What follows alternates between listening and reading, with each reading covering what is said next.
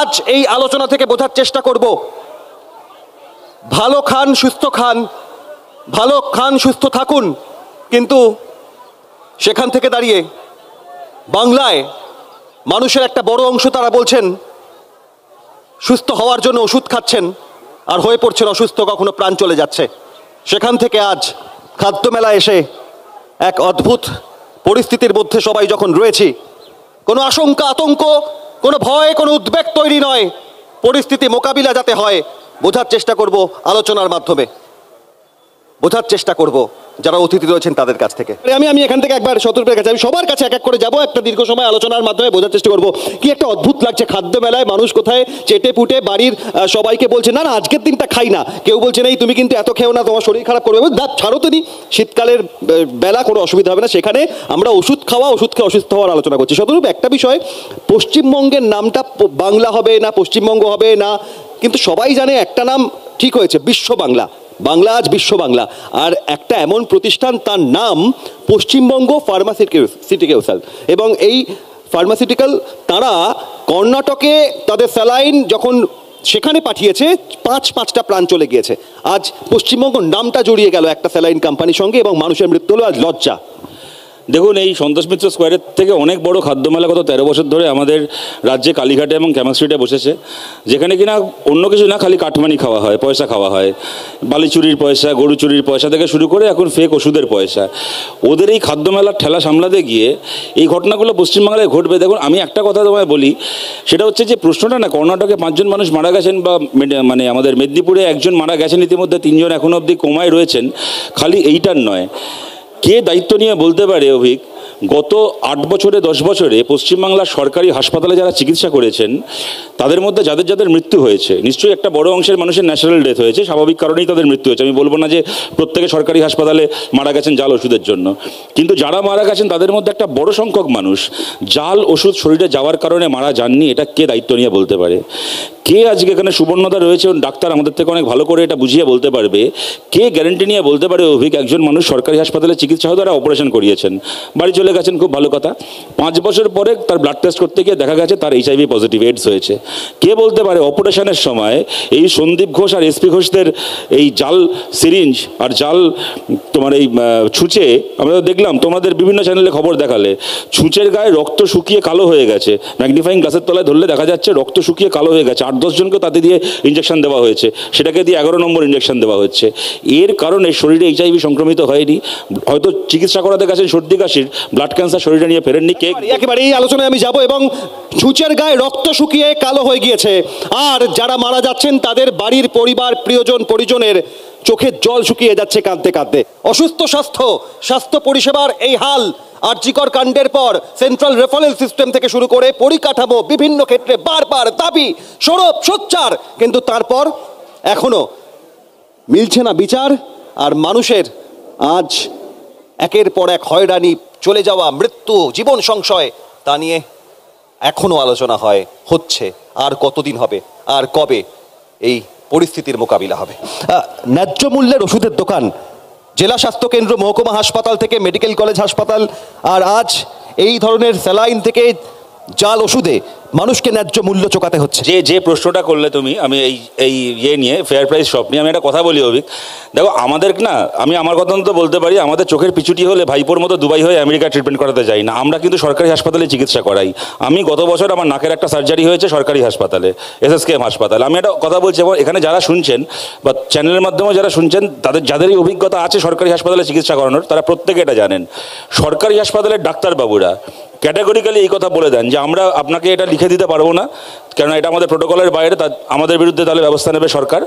কিন্তু যদি সম্ভব হয় এই হাসপাতালে ফেয়ার প্রাইসের নামে যে ওষুধ বিক্রি হচ্ছে সেখান থেকে ওষুধ কিনবেন না, অন্য কোনো জায়গা থেকে ওষুধ কিনে আনুন, কেননা এখানে নুনগোলা জল দেওয়া হচ্ছে না, সাবান জল দেওয়া হচ্ছে না, কী দেওয়া হচ্ছে গোষ্ঠীর পিণ্ডি আমরা কেউ জানি না। এইটা কিন্তু বাস্তবতা অভিক। শোনো, একেবারে প্রান্তিক মানুষ, খেটে খাওয়া মানুষ চিকিৎসার জন্য হাসপাতালে যান, সেখানে বেড পাওয়ার সমস্যা ইত্যাদি যা আছে নতুন করে বলার কিছু নেই। আজকে যদি আমায় বলে এরকম আমার পরিস্থিতি হয় যে আমার বাবাকে কোনো সরকারি হাসপাতালে ভর্তি করতে হবে, ওই হাসপাতালে কে ভালো ডাক্তার আছে খোঁজ নেওয়ার আগে আমায় খোঁজ নিতে হবে ওই হাসপাতালে আমার কে ভালো রেফারেন্স আছে, কন্ট্যাক্ট আছে, নাহলে আমি বেড পাবো না। শতরূপে নুন গোলা জল আসবো, শেষ করি কথাটা। সুতরাং এই যে সমস্যাগুলো আছে তারপরও যে মানুষ চিকিৎসা করবেন, যিনি চিকিৎসাটা করছেন, শরীরে ওষুধের বদলে তার শরীরে বিষ ঢুকছে, কেননা কিছু লোক সেই বাবদও পয়সা খাচ্ছে গুনে গুনে। এটাকে আমরা কদিন বরদাস্ত করব? এবং যারা তৃণমূলের সমর্থক আছেন তাদেরকেও বলছি যে আপনার সন্তানের মুখের দিকে তাকিয়ে, অনেক বাড়াবাড়ি হয়েছে, আপনার সন্তানের মুখের দিকে তাকিয়ে এই প্রশ্ন অন্ততপক্ষে আপনারা সরকারকে প্রশ্ন করুন, আপনারা রাস্তায় নামুন। কোনো সমর্থক তো স্ক্যানার দিয়ে বুঝতে পারবেন না জাল ওষুধ না সঠিক ওষুধ। সুবর্ণবাবু, এই পরিস্থিতিতে একটাই জিনিস মানুষ বুঝতে চাইছেন যে চিকিৎসকরাও তাদেরও বোঝা সম্ভব নয় যে এই আরএল ব্যাচের স্যালাইন না কোন স্যালাইন কাকে দিলে কি হতে পারে। এই হাজার হাজার লক্ষ লক্ষ মানুষ যারা সরকারি হাসপাতাল বা বিভিন্ন জায়গায় শিক্ষা স্বাস্থ্যকেন্দ্রের উপর নির্ভরশীল, তাদের গতি কি? চিকিৎসকদের উপরে ভরসা মানুষ হচ্ছে যে করবে, কিন্তু যে হচ্ছে ভরসা করে যাদেরকে সরকারে নির্বাচিত করছে, কেন্দ্রে যারা সরকার চালাচ্ছে তারা তাদের ইলেকট্রাল বন্ডে ওষুধের কোম্পানির থেকে হাজার হাজার কোটি টাকা লাগবে বলে যে ওষুধগুলো ফেল করে যাচ্ছে তাদেরকে হচ্ছে যে পাস করিয়ে দিচ্ছে। যা ওষুধ নীতি এমন নিচ্ছে যে আপনি চাইলে চোপড়া কেন বেলেঘাটা খালপাড়ে হচ্ছে যে চাইলে দোকান খুলে দিতে পারবেন, কোনো কোয়ালিটি অ্যাসিউরেন্স নেই। আর রাজ্যের শাসক তারা তো বসেই আছে যে কোন থেকে কোথা থেকে কিভাবে হচ্ছে যে আমার প্রাতিষ্ঠানিক দুর্নীতি একটা তৈরি করা যায়, মানে দুর্নীতিকে কিভাবে প্রাতিষ্ঠানিক রূপ দেওয়া যায়। আপনি ভাবুন, ইউনিয়ন কার্বাইডের কারখানা এতগুলো লোক মেরে কারখানার মালিককে পালিয়ে যেতে, দেশ ছেড়ে পালিয়ে যেতে দিয়েছিল তখনকার সরকার।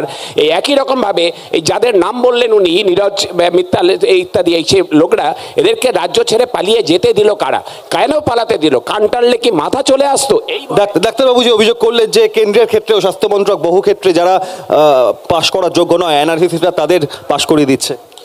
কেন্দ্র সরকার তো শুধুমাত্র পশ্চিমবঙ্গের নয়, গোটা ভারতবর্ষের। তাহলে এই একই দুর্নীতি বাকি প্রত্যেকটি রাজ্যের মধ্যে পাওয়ার কথা, সেটা কি হয়েছে? তো এই হাওয়ায় কথা ছড়িয়ে লাভ নেই। শতরূপ, আমি গতকাল সিএন প্রথম এই বাংলায় যারা অ্যানালিসিস্ট, ড্রাগ কন্ট্রোলের অফিস, সেখানে দাঁড়িয়ে বিভিন্ন ওষুধের নমুনা পরীক্ষার পর তার সবুজ সংকেত দেওয়া হয়, তার গুণগত মান কি নির্ণয় করা হয়, তার পরিকাঠামো দেখলে এক ভয়ঙ্কর ছবি দেখিয়েছিলাম আমরা সিএন। শতরূপ, বাঘিনী ধরতে 35 কোটি লাগে, আর যেখানে ওষুধের গুণগত মান পরীক্ষার কেন্দ্র ল্যাব, সেটা ভেঙে চুরে দেয়াল ভেঙে চুরে পড়ছে, ল্যাবের ভেতরে যেন কোনো সুস্থ মানুষ গেলে অসুস্থ হয়ে পড়বে। দেখুন, কথাটা এটাই যে কথাটা সুবর্ণ গোস্বামীও বললেন, এটা তো আমরা জানি লুকোচুরির কোনো ব্যাপার নেই। হেট্রো ল্যাব থেকে শুরু করে এমএসএন ফার্মা থেকে শুরু করে বেশ কিছু কোম্পানি এই তালিকা বেরিয়ে গেছিল। যেদিন ইডি রেড হয়েছে বাড়িতে, সেই দিন কয়েকশো কোটি টাকা ইলেকট্রাল বন্ড বিজেপিকে জমা দিয়েছে। ওই লিস্টে সেন্ট্রাল এসবিআই থেকে পরবর্তীকালে বেরোনো লিস্টেই আছে। অপরদিকে তুমি যে উদাহরণটা দিলে, কি জানো তো আমাদের অসহায়তার জায়গাটা, একজন সাধারণ মানুষ ধরো তিনি কি খাবে, আমি একটু চিনি কম খাবো, ফ্যাটি খাবার কম খাবো, এইগুলো আমার হাতে আছে, কিন্তু কোন ওষুধ আমি খাবো, সেটা জাল নাকি সেটা ঠিকঠাক ওষুধ, এইটা পরীক্ষা করা তো কোনো সাধারণ মানুষের হাতে নেই, চিকিৎসকের হাতেও নেই, কারণ তিনিও সিল খুলে ওষুধটা খেয়ে নেন। এক্স্যাক্টলি, চিকিৎসকের হাতেও নেই। সুতরাং কিছু ব্যাপারে তো আমাদেরকে সরকারের ওপর, রাষ্ট্রের ওপর নির্ভর করতেই হবে। তারা যদি আমাদের পিঠে ছুরি মারে, দলমত নির্বিশেষে আমরা যাবো কোথায়? তার সঙ্গে আমি খালি একটা কথা বলছি, যেহেতু তুমি আরজি করের প্রসঙ্গ তুলে আলোচনাটা শুরু করলে, আরজি করের গোটা আন্দোলনটাই তো 100 বার অভয়া বলি, তিলোত্তমা বলি, কি কাদম্বিনী বলি, যে নামেই ডাকি, তার জন্য জাস্টিসের লড়াই ছিল। পাশাপাশি এই যে জাল ওষুধের, জাল মেডিকেল কিটের সিন্ডিকেট, সেইটাকে এক্সপোজ করারও তো লড়াই ছিল। সেই লড়াই ব্যর্থ হয়েছে, পরিষ্কার বলছি আক্ষেপের সঙ্গে। সিবিআইয়ের হাতে সুযোগ ছিল। আমরা অনেক কথা শুনেছিলাম, যখন সন্দীপ ঘোষ এমনকি চার্জশিট জমা পড়লো না, তখনও শুনেছিলাম এরপরে নাকি সাপ্লিমেন্টারি চার্জশিট জমা পড়বে, একদিন সেটি শাস্তি পাবে। এখন আমরা কি দেখলাম? ট্রায়াল শেষ, সিবিআইয়ের ফাইনাল সাবমিশন শেষ, 18 তারিখ সাজা ঘোষণা হবে একমাত্র এই সঞ্জয় রায়ের বিরুদ্ধে। সুতরাং এরা যদি এত বড় পাপ করে, এত বিক্ষোভের পরেও এরকমভাবে ছাড়া পেয়ে যায়, তাহলে এরা সাপের পাঁচ পা দেখবে না তো কে দেখবে? এরা ছাড়া পেয়ে যায় আর মানুষ কোথায় যায় খুঁজে না পায়। এখান থেকে আমি একেবারে ঝন্টুদা একটা বিষয় বোঝার চেষ্টা করি, এই মানুষ কোথায় যাবে এই প্রশ্নের উত্তরে কি ডায়মন্ড হারবার লোকসভা কেন্দ্র বুঝিয়ে দিয়েছে মানুষ কোথায় যাবে? ওই সেবাশ্রয়। আমি বলছি সেবাশ্রয়, এই যে প্রজেক্টটা ভাইপোর বা অভিষেকের, এটাই প্রমাণ করে রাজ্যের কঙ্কালসার মেডিকেল অবস্থা। আমি বলছি এই আরজিকর প্রসঙ্গ হওয়ার ঠিক একদিন আগে ভারত সরকারের 2023-24 হেলথ ডাইনামিক্সের একটা রিপোর্ট বেরোয়, যেই হেলথ ডাইনামিক্সে বলা হচ্ছে, রিপোর্টটা বলছে, এটা পশ্চিমবঙ্গ সরকার চ্যালেঞ্জ করেনি, যে পশ্চিমবঙ্গে 36% প্রাথমিক স্বাস্থ্যকেন্দ্র কম রয়েছে জনসংখ্যার অনুপাতে। যদিও এই রিপোর্টে দ্বিতীয় পজিশনে ছিল গুজরাট, তৃতীয় পজিশনে উত্তরপ্রদেশ। আমি বলছি কি উজ্জ্বল একটা তালিকা। সুবর্ণবাবু, যাওয়ার আগে আমি একটু বোঝার চেষ্টা করি রাজস্বীদা বা অরিত্রর কাছে, 24 লক্ষ মানুষ ডায়মন্ড হারবারের, তাদের জন্য সেবাশ্রয় প্রকল্প। বাংলার 10 কোটি মানুষের এমনই প্রত্যেকটা লোকসভা কেন্দ্রে এক একটা আশ্রয় প্রয়োজন। আর দ্বিতীয় প্রশ্ন, ডায়মন্ড হারবার মেডিকেল কলেজ হাসপাতালে আরএল ব্যাচের স্যালাইন পাওয়া গেল, যে আরএল ব্যাচের স্যালাইন নিষিদ্ধ হওয়ার পরেও সেবাশ্রয়ও কি পাওয়া যেতে পারে, না সেখানে পাওয়া যাবে না? দেখুন, প্রথম কথা, জনস্বাস্থ্য বিশেষজ্ঞ হিসাবে আমি বলতে পারি যে এই ধারণাটাই ভ্রান্ত ধারণা যে মানুষের দরজায় দরজায় ডাক্তার আর নার্স পাঠিয়ে দিলেই মানুষ সুস্বাস্থ্য অধিকারী হয়ে যায়। রোগ প্রতিরোধ, আপনি রোগ প্রতিরোধ করার যেসব কর্মসূচিগুলি রাজ্য সরকার কেন্দ্র সরকার উভয় সরকার মিলে বরাদ্দ ছাঁটাই করছে, আর তার মধ্যে যেটুকু টাকা আসছে তা হচ্ছে যে প্রাতিষ্ঠানিক দুর্নীতিতে নেতা মন্ত্রীদের পকেটে চলে যাচ্ছে। এক নম্বর কথা হচ্ছে, উনি একটু আগে যে বললেন যে কেন্দ্র সরকার বাজেটে কাটছাট করে দিচ্ছে। ভারতবর্ষে প্রথমবার আয়ুষ্মান ভারত যোজনা, মানুষ 5 লক্ষ টাকা অবধি বিনামূল্যে চিকিৎসা পাবেন, এটা কেন্দ্র সরকার ব্যবস্থা করেছে। এবং একটা হাসপাতাল গোটা ভারতবর্ষে দেখাতে পারবেন না যেখান থেকে আয়ুষ্মান ভারতের কার্ড নিয়ে কোনো মানুষ গিয়েছে এবং তাকে ফেরত আসতে হয়েছে স্বাস্থ্যসাথীর মতন পশ্চিমবঙ্গের, যেখানে পশ্চিমবঙ্গের অধিকাংশ প্রাইভেট থেকে গভর্নমেন্ট হসপিটালেই সেই কার্ডগুলোকে নেওয়া হচ্ছে। অন্য রাজ্যে তার মানে স্বাস্থ্যে আয়ুষ্মান ভব, আরে বাংলায়? দেখুন, আমি বলতে পারবো না, আমার সঠিক ব্যাপারে জানা নেই, তবে স্বাস্থ্যসাথীর কার্ড নিয়ে যেটা বললো এটা তো সত্যি কথা, এই নিয়ে মিথ্যে কিছু না। দেখো, যে কথাটা আমি এর আগের বারও বলছিলাম, এইবারও বলার চেষ্টা করছি যে কিছু ব্যাপারে আমরা হেল্পলেস, আমাদের হাতে নেই। কিছু ব্যাপারে যে কোনো নাগরিককে দলমত নির্বিশেষে রাষ্ট্রের উপর নির্ভর করতেই হবে। আর যে ডায়মন্ড হারবার নিয়ে যে কথাটা বলছে, ডায়মন্ড হারবার মডেল, ইনফ্যাক্ট আমি অরিত্রের সাথে ডিফার করবো, বিরাট জনপ্রিয় মডেল। আমি জানি না জনপ্রিয়তার কি মানে কোন থার্মোমিটারে জনপ্রিয়তা মেপেছে, তবে আমি একটা কথা বলছি, যে কোনো এমপি, এটা ভাইপো বলে না, যে কোনো এমপি নিজের কনস্টিটুয়েন্সির মধ্যে কিছু হেলথ ক্যাম্প করবে। আমরা কোনো ক্ষমতায় নেই, তাও পশ্চিমবাংলায় এমন কোনো রোববার যায় না যে রোববার কিনা গোটা বাংলায় বামপন্থীরা কম করে 100টা ব্লাড ডোনেশন ক্যাম্প বা হেলথ ক্যাম্প না করছে। 100টা 110 হয়, কিন্তু 99 কখনো হয় না। প্রশ্ন সেইটা নয়। কিন্তু তুমি বলো, ধরো আমি ডায়মন্ড হারবারে থাকি, আমার এখন হার্ট অ্যাটাক হলো, আমি কি বুকে বালিশ চাপা দিয়ে অপেক্ষা করবো পরের বছর কখন ভাইপোর হেলথ ক্যাম্প হবে সেখানে গিয়ে চিকিৎসা করাবো বলে? আমাকে তো তখন যেতে হবে ডায়মন্ড হারবার মেডিকেল কলেজে, আমাকে তো তখন যেতে হবে SSKM-এ কি কোনো একটা সরকারি হাসপাতালে। অতএব সরকারি হাসপাতাল, সরকারি স্বাস্থ্য, এইটার বিকল্প কখনো কোনো একটা হেলথ ক্যাম্প কি কোনো একটা ব্লাড ডোনেশন ক্যাম্প হতে পারে না। এইগুলোকে বলে যারা ওইটার থেকে নজর সরাচ্ছে, তারা ছেলে মানুষের রাজনীতি করছে। তারা নিজেরা ছেলে মানুষ, পিসির লালিপপ চুষে এমপি হয়েছে কোনো যোগ্যতা ছাড়া। সুতরাং তাদের কাছে এগুলো একটা ছেলে খেলার বিষয় হতে পারে, কিন্তু সত্যিকারের যারা চোখের, বলছি তো, চোখের পিছুটির অপারেশন করানোর জন্য দুবাই হয়ে আমেরিকা যায়, তারা এটা বুঝবে না যে একজন সাধারণ মানুষ সরকারি হাসপাতালে সে ভর্তি হতে না পারলে সে অ্যাম্বুলেন্সে শুয়ে মরবে, ভর্তি হতে পারলে শরীরে ওষুধের বদলে বিষ নিয়ে মরবে। এইটা কি সাধারণ মানুষের প্রাপ্য? এক একটা জেলায় আজ আলাদা আলাদা মানুষ, কিন্তু মডেল হবে একই রকম, যেখানে সবাই সমান পরিষেবা পাবে।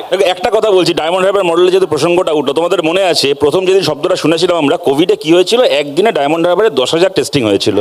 কিভাবে হয়েছিল? গোটা পশ্চিমবাংলা থেকে টেস্টিং কিটকে তুলে নিয়ে গিয়ে ডায়মন্ড হারবারে করা হয়েছিল, যে কারণে কিনা সেই একটা দিন গোটা পশ্চিমবাংলায় আর কোথাও কোনো কোভিড টেস্ট করা যায়নি কিটের অভাবে। এক, দ্বিতীয় কথা, মুখ্যমন্ত্রীর এক ভাইপোর দার্জিলিংয়ের পাহাড়ে বিয়ে হলো। তোমরা সবাই জানো, দার্জিলিংয়ের পাহাড়ে মুখ্যমন্ত্রীর অতিথি রাজা উজিরা সব যাবে বলে তাদের জন্য মেডিকেল টিম দরকার। ওখানে খেতে খেতে কখন টুক করে শরীর খারাপ হয়ে যাবে, হয়ে গেলে তখন চিকিৎসা হবে বলে উত্তরবঙ্গের সরকারি হাসপাতালগুলো খালি করে মুখ্যমন্ত্রী ভাইপোর বিয়েতে ব্যান্ড পার্টি নাচার জন্য ডাক্তারদেরকে যেতে বাধ্য করা হলো। যে কারণে মানে 5 মাস 6 মাসের বাচ্চা চিকিৎসার অভাবে উত্তরবঙ্গের সরকারি মেডিকেল কলেজে মরলো। কেন না, ডাক্তারদেরকে নিয়ে যাওয়া হয়েছে মুখ্যমন্ত্রীর ভাইপোর বিয়েতে তাসা পাঠিয়ে। একেবারে আপনারা শুনছেন আর মনে পড়ে যাচ্ছে সেই দিনের ছবি, সেই দিনের ছবি মনে পড়ছে। কিন্তু আমার মনে পড়ছে, সুবর্ণবাবু, সরকারি হাসপাতাল খালি করে চিকিৎসকদের নিয়ে যাওয়া হচ্ছে, সে যেখানেই হোক না কেন, কিন্তু মানুষ পকেট খালি করেও, খালি পকেট আরও খালি করেও চিকিৎসা পাচ্ছে না। তাদের উদ্দেশ্যে কি বলবেন? দেখুন, প্রথম কথা, স্বাস্থ্য নীতিতে একটু যদি সময় দেন, স্বাস্থ্য নীতি আমার কেন্দ্রের যা নীতি, সরকারের আর রাজ্য সরকারের দুটোই নীতি। এই যে বলছিলেন উনি আয়ুষ্মান ভারত আর এখানে স্বাস্থ্যসাথী, দুটোই কি সর্বনাশা নীতি, দেশ বেচার নীতি। স্বাস্থ্য ব্যবস্থা, সরকারি যে স্বাস্থ্য ব্যবস্থা ভারতবর্ষ স্বাধীন হবার আগের থেকে যে পরিকল্পনা হয়েছিল, স্বাধীনতার পরে যা হয়েছিল 75 বছরে, তাকে ধ্বংস করেছে হচ্ছে যে বর্তমান কেন্দ্রীয় সরকার। সম্পূর্ণ হচ্ছে যে তারা বেসরকারি হাতে বেচে দিচ্ছে। ওই কার্ডটা কী রঙের হবে, গেরুয়া রঙের হবে না নীল সাদা রঙের হবে, এইটা নিয়ে কেন্দ্রের শাসক রাজ্যের শাসকের গণ্ডগোল।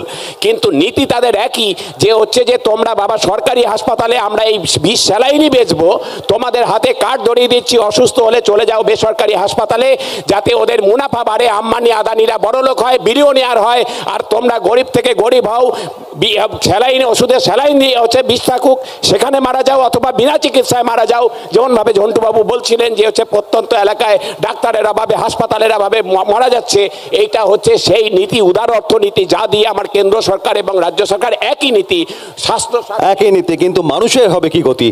দেখুন, ওই 150 গ্রাম সিমেন্টের গল্পের মতন গল্প বলে তারপরে যখন যেটা একদম ভোঁবা বেরিয়ে গেল, সেরকম গল্প বললে পরে এরকম অনেক কথাই বলা যাবে।